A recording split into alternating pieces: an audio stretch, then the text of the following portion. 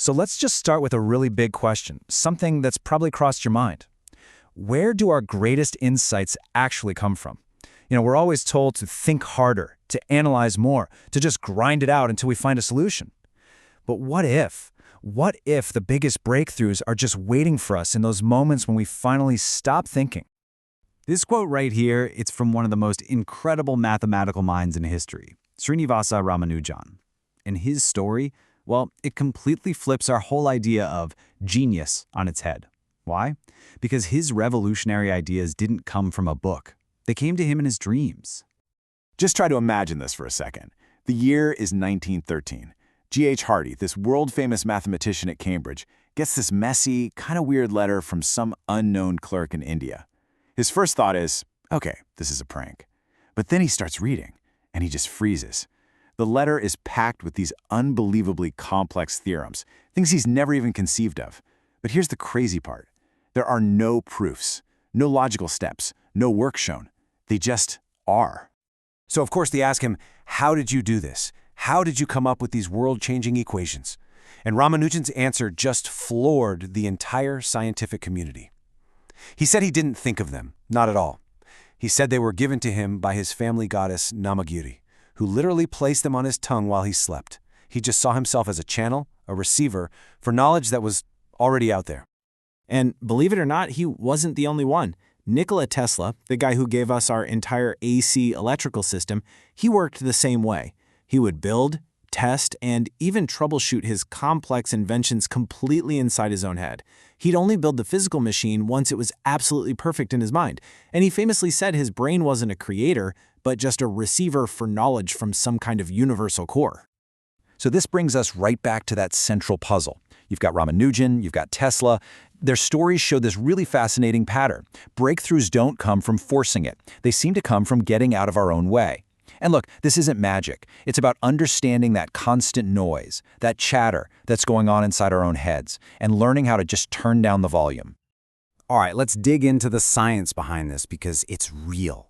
Modern neuroscience actually has a name for that inner narrator, right? That voice that's always commenting, worrying, planning. It's a specific network in your brain, and really understanding it, well, that's the key to unlocking a much deeper kind of intelligence.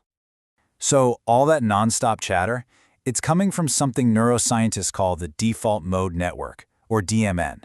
You can think of it as your brain's autopilot, or its screensaver. The second you stop focusing on a task, bam, the DMN kicks in. And what does it do? It pulls you into old memories or makes you anxious about the future, constantly spinning this story of me. That's the source of the noise.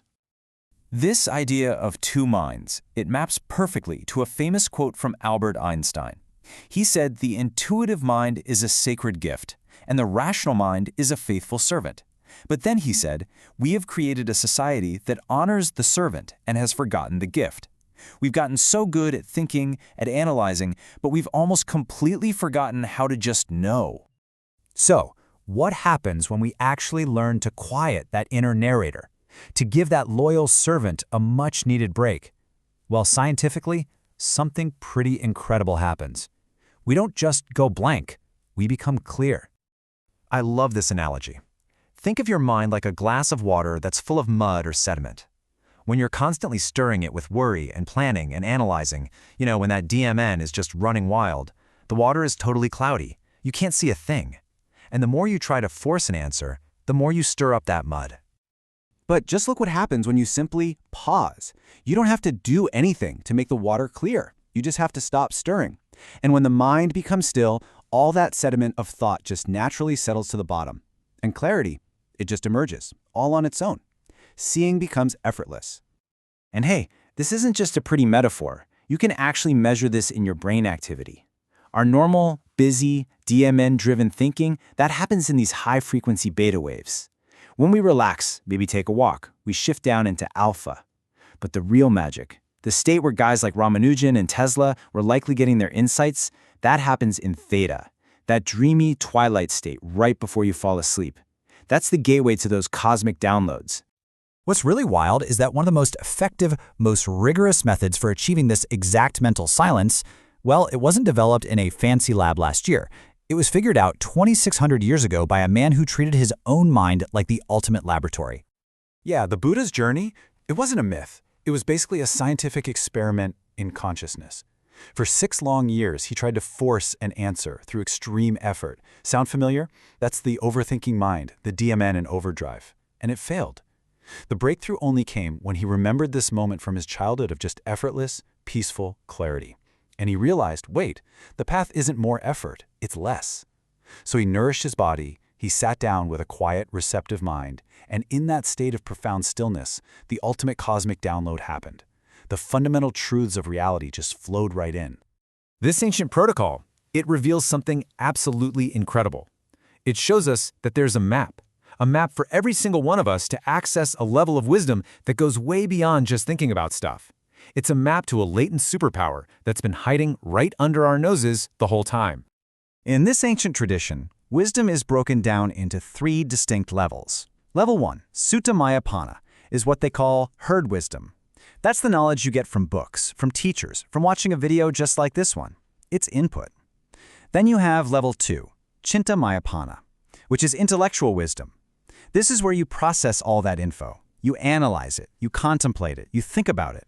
And honestly, this is where most of our society just stops. But there is a 3rd level, Bhavana Maya Panna. This is experiential wisdom, wisdom that's born from cultivating the mind itself. It is not thinking about the truth, it is directly seeing the truth. It's that nonverbal, intuitive aha that can only arise when the thinking mind finally gets quiet. This is the silence of knowing. And I want to be crystal clear about this. This 3rd level of wisdom, it's not some mystical, far-out state that's only for monks on a remote mountaintop. It is a dormant cognitive ability that is hardwired into every single human brain. It's our birthright. It's a superpower just waiting for us to stop talking to ourselves long enough to actually turn it on. So I'll just leave you with this thought. The greatest discoveries, the most profound answers, that deep sense of peace we're all looking for, they aren't found at the end of some long, frantic chain of thoughts. They're waiting for you at the very beginning of silence. So the only real question is, if you are willing to get quiet enough to listen, what truth is waiting to be downloaded by you?